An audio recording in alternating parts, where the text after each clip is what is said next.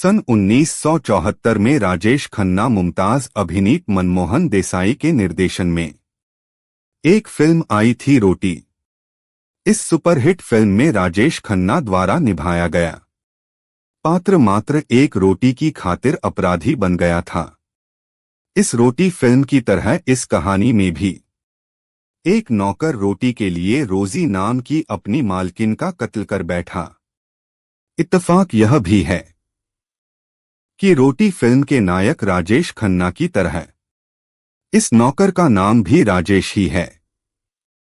प्रस्तुत कहानी पढ़ने के बाद पाठक यह तय करें कि फिल्म रोटी या रोजी हत्याकांड में क्या ऐसा करना जरूरी था।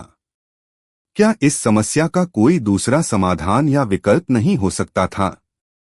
राजेश उर्फ विलट पासवान, गांव बथनी, रामपट्टी, जिला मधुबनी, बिहार का रहने वाला था और पिछले लगभग 1.5 साल से हरियाणा के जिला यमुनानगर के जगाधरी की न्यू जैन नगर कॉलोनी में रहने वाले राजिंदर सिक्का की कोठी पर काम कर रहा था। राजिंदर सिक्का शहर के सबसे बड़े उद्यमी और बालाजी स्टोन क्रेशर के मालिक थे। राजेश उससे पहले खिदराबाद स्थित आर.के. स्टोन क्रेशर में काम करता था। वहां उसे कम तनख्वाह मिलती थी, इसलिए खिदराबाद से काम छोड़कर वह राजिंदर सिक्का के यहां चला आया था। यहां उसे खाने पीने और रहने के अलावा 8,000 रुपये मासिक वेतन मिलता था। राजिंदर सिक्का ने उसे अपनी कोठी के सामने वाले प्लॉट में रहने के लिए कमरा दे रखा था। 15 मई 2019 की रात को राजेश को जल्दी सोना था। इसकी वजह यह थी कि अगली सुबह यानी 16 तारीख को उसे जल्दी उठना था, क्योंकि 16 तारीख को राजिंदर सिक्का को पहले कचहरी और उसके बाद अपने क्रेशर पर जाना था। पिछले 20 दिनों से वह घर पर ही थे। वजह यह थी कि उनका ऑपरेशन हुआ था। दरअसल राजिंदर सिक्का का वजन जरूरत से ज्यादा बढ़ रहा था, इसलिए डॉक्टरों की सलाह पर उन्होंने अपना वजन कम करने के लिए ऑपरेशन करवाया था। बहरहाल 16 मई को राजेश 7 बजे उठ गया था। सबसे पहले उसने कोठी में खड़ी कार धोई। उसके बाद राजेश ने राजिंदर सिक्का की ड्रेसिंग के बाद सबके लिए नाश्ता बनाया और परोसा। करीब 10:45 बजे राजिंदर सिक्का अपने बेटे दीपांशु उर्फ मोंटी के साथ घर से निकल गए। घर पर राजेश के अलावा दीपांशु की पत्नी रोजी और उसका 7 महीने का बच्चा रह गए थे। राजिंदर और दीपांशु के चले जाने के बाद राजेश ने पूरी कोठी की सफाई की, फिर वह छत के पंखों की सफाई करने लगा। यह सारा काम निपटाने के बाद वह सामने वाले प्लॉट में कपड़े धोने चला गया। कपड़े धोकर उन्हें मशीन में ड्राई कर सुखाना था। मशीन कोठी में रखी थी। वह जब कपड़े लेकर कोठी पर पहुंचा, कोठी का दरवाजा अंदर से बंद था। दरवाजा खुलवाने के लिए उसने रोजी को कई आवाजें दी, पर अंदर से कोई प्रतिक्रिया नहीं हुई। वह काफी देर तक दरवाजा पीटता रहा। अंत में हार कर उसने दीपांशु को फोन कर बताया कि मशीन में कपड़े सुखाने हैं, पर भाभी जी दरवाजा नहीं खोल रही हैं। दीपांशु ने उसे कहा कि वह रोजी को फोन करता है, तब तक वह कपड़े कोठी के लॉन में फैला दे। यह दोपहर 1:30 बजे की बात है। इसके लगभग 10 मिनट बाद हिमांशु का फोन राजेश के फोन पर आया। दीपांशु ने कहा कि वह भी काफी देर से रोजी का फोन ट्राई कर रहा है, पर वह फोन नहीं उठा रही। तुम कोठी में जाकर देखो क्या बात है। लेकिन मैं अंदर जाऊंगा कैसे, राजेश ने कहा। कोठी का गेट अंदर से बंद है। मैंने इतना दरवाजा पीटा पर भीतर से कोई आवाज ही नहीं आई। ठीक है, तुम किसी तरह दीवार फांद कर भीतर जाओ और जो बात हो मुझे तुरंत बताओ, दीपांशु बोला। दीपांशु के कहने पर राजेश कोठी की दीवार फांद कर भीतर गया। लेकिन भीतर का नजारा देख उसने दीपांशु को फोन करने के साथ साथ शोर मचाना भी शुरू कर दिया। उसकी चीखें सुनकर पड़ोसी दौड़े चले आए। पड़ोसियों ने जब भीतर झांक कर देखा तो उनके भी होश उड़ गए। उन्होंने पुलिस कंट्रोल रूम नंबर को 100 व एम्बुलेंस कंट्रोल नंबर 102 पर 20 से ज्यादा बार फोन किया, लेकिन किसी ने भी फोन रिसीव नहीं किया। तब तक राजेंद्र सिक्का और दीपांशु भी वहां पहुंच गए थे। कंट्रोल रूम में जब किसी ने फोन नहीं उठाया तो वे लोग अर्जुन नगर पुलिस चौकी पहुंचे और मामले की जानकारी पुलिस को दे दी। मामला हाई प्रोफाइल फैमिली से जुड़ा होने के चलते एसपी कुलदीप यादव खुद मौके पर पहुंचे। उनसे पहले DSP headquarter Subhash, DSP Jagadhri Sudhir व DSP Pradeep, Jagadhri city SHO Rakesh, CIA 2 incharge Shri Bhagwan Yadav समेत अन्य पुलिस अधिकारियों के अलावा क्राइम टीम भी मौके पर पहुंच गई। यह घटना 16 मई 2019 की है। जगाधरी की न्यू जैन नगर कॉलोनी में रहने वाले स्टोन क्रेशर उद्यमी राजेंद्र सिक्का के घर का दृश्य दिल दहला देने वाला था। किसी ने दीपांशु की पत्नी रोजी सिक्का की गला काटकर हत्या कर दी थी। फर्श पर चारों ओर खून ही खून फैला हुआ था। सोफे पर भी खून, यहां तक मृतका का गला काटते समय खून की धार दीवार से भी टकराई थी, जिसके ताजा छींटे इस बात की गवाही दे रहे कि हत्या हुए ज्यादा समय नहीं हुआ है। 7 महीने का मासूम बच्चा अपनी मां की लाश के पास बैठकर उसकी छाती से लिपटकर रो रहा था। बाद में नौकर राजेश जब कमरे में आया तो उसने बच्चे को संभाला। घर के बाहर गली में भी खून बिखरा हुआ था। आशंका जताई जा रही थी कि हत्यारा वारदात को अंजाम देने के बाद दीवार फांदकर इसी रास्ते से बाहर भागा होगा, जिससे गली में खून के निशान बन गए थे। क्राइम टीम ने खून के छींटों की जांच की और जगह जगह से फिंगरप्रिंट उठाए। हत्यारे का सुराग लगाने के लिए पुलिस ने घर में लगे सीसीटीवी कैमरों की भी जांच की, लेकिन सीसीटीवी कैमरे बंद मिले। जांच में पता चला कि सीसीटीवी कैमरे पिछले 1.5 महीने से खराब थे। इसके बाद पुलिस ने गली में घरों के बाहर लगे सीसीटीवी कैमरों की जांच की, लेकिन अधिकतर कैमरे बंद मिले। हत्यारा किसी भी कैमरे में दिखाई नहीं दिया। राजेंद्र सिक्का और उनके बेटे दीपांशु ने बताया कि उन्हें किसी प्रॉपर्टी के पेपर बनवाने के लिए तहसील जाना था। आज काम नहीं हुआ तो आराम करने के लिए दोनों बाप बेटे अपने क्रेशर चले गए थे। तभी नौकर राजेश का फोन आया था। बहरहाल जगाधरी सिटी पुलिस ने अज्ञात हत्यारों के खिलाफ रोजी के ब्लाइंड मर्डर की रिपोर्ट दर्ज करके जांच शुरू कर दी। इस केस को पुलिस हर छोटे बड़े एंगल से देख रही थी। अब तक की तफ्तीश में जो सामने आया था उससे यह माना जा रहा था कि इस घटना में किसी जानकार का हाथ हो सकता है, जिसने घर में आसानी से घुसकर इत्मीनान से मर्डर किया और फरार हो गया। सिक्का परिवार ने अब तक न तो किसी पर संदेह जताया था और न ही किसी के साथ अपनी निजी या कारोबारी दुश्मनी होना बताया था।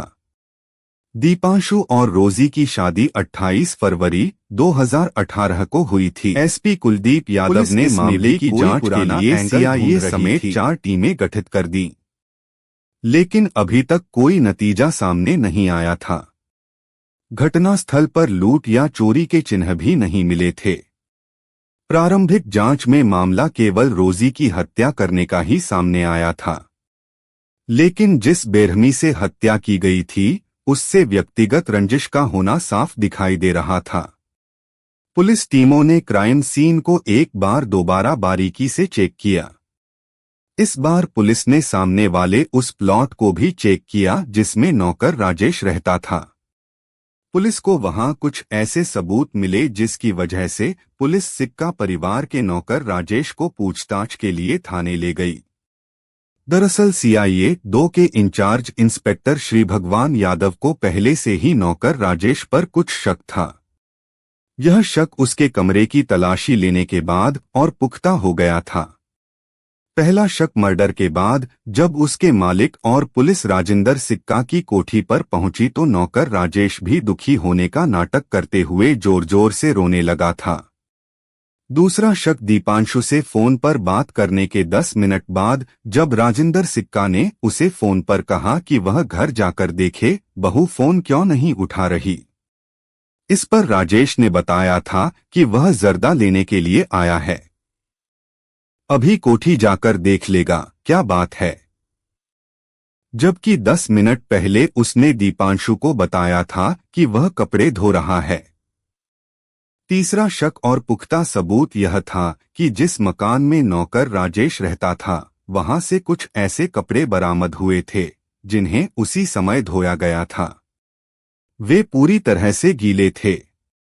शायद उन्हें जल्दी सुखाने के लिए ही राजेश को मशीन की जरूरत थी। इसके अलावा पानी की टंकी के पास से एक साबुन भी बरामद हुआ था जिस पर एक जगह हल्का खून लगा हुआ था।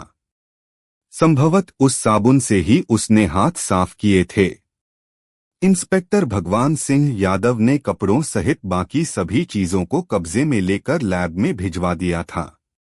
सीआईए स्टाफ 2 के कार्यालय में पूछताछ के दौरान नौकर राजेश पहले तो कई घंटे तक पुलिस वालों को घुमाता रहा।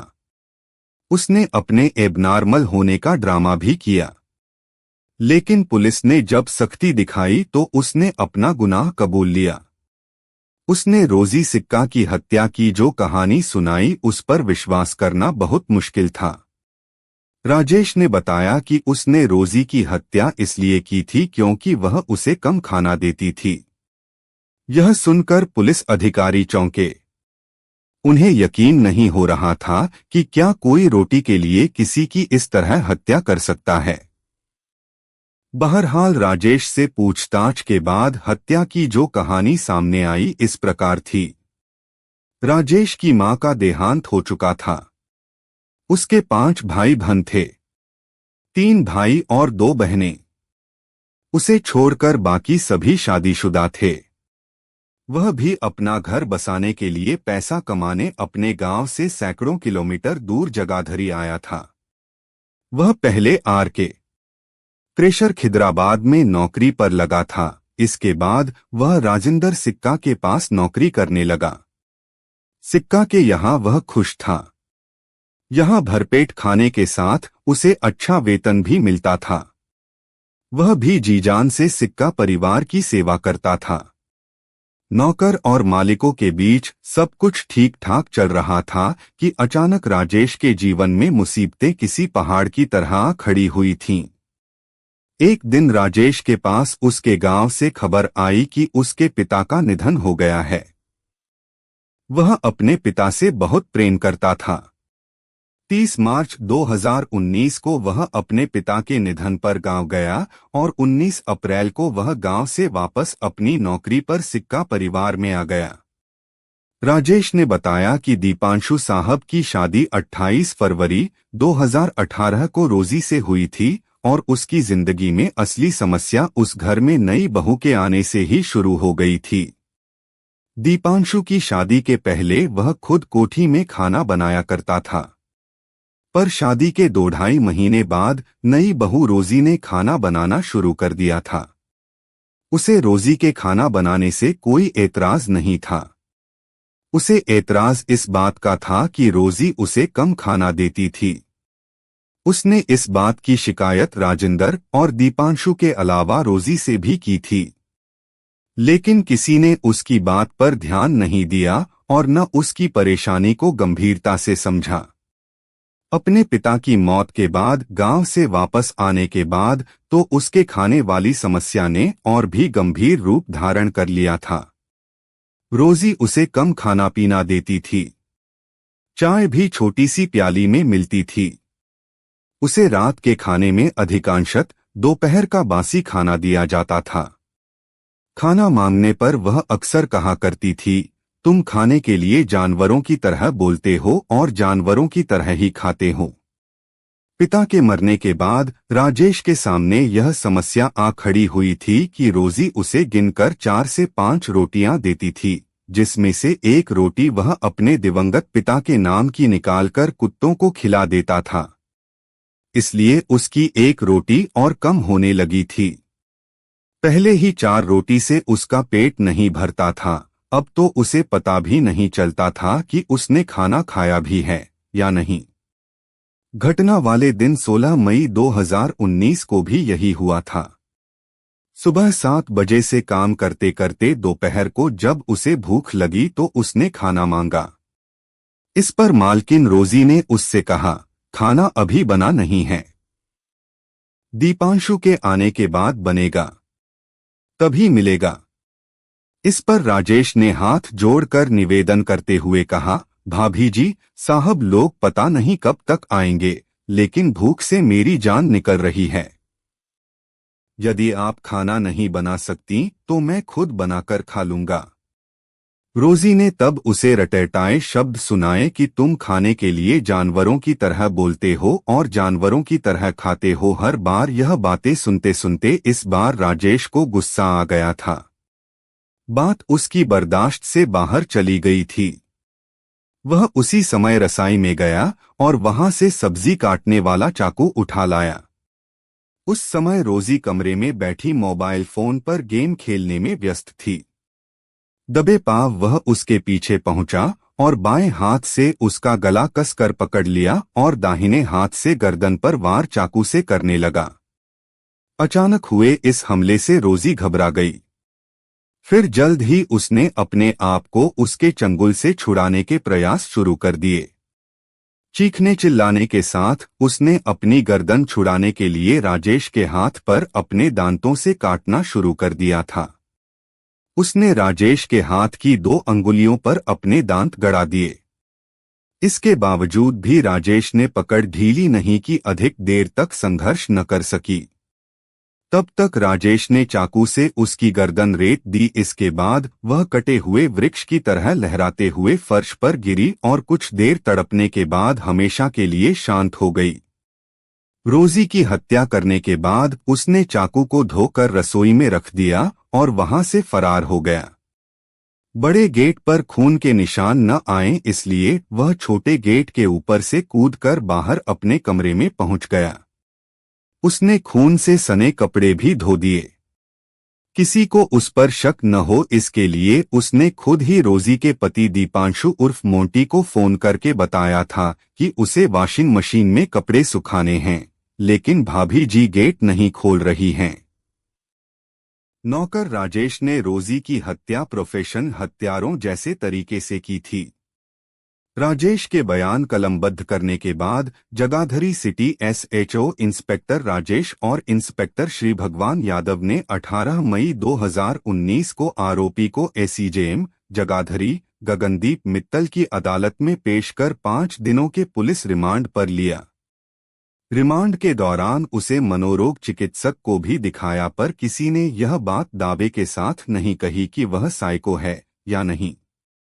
रिमांड अवधि समाप्त होने के बाद 21 मई 2019 को अभियुक्त राजेश को जब दोबारा अदालत में पेश किया गया, तब अचानक इस मामले में एक चौंका देने वाला मोड़ सामने आया।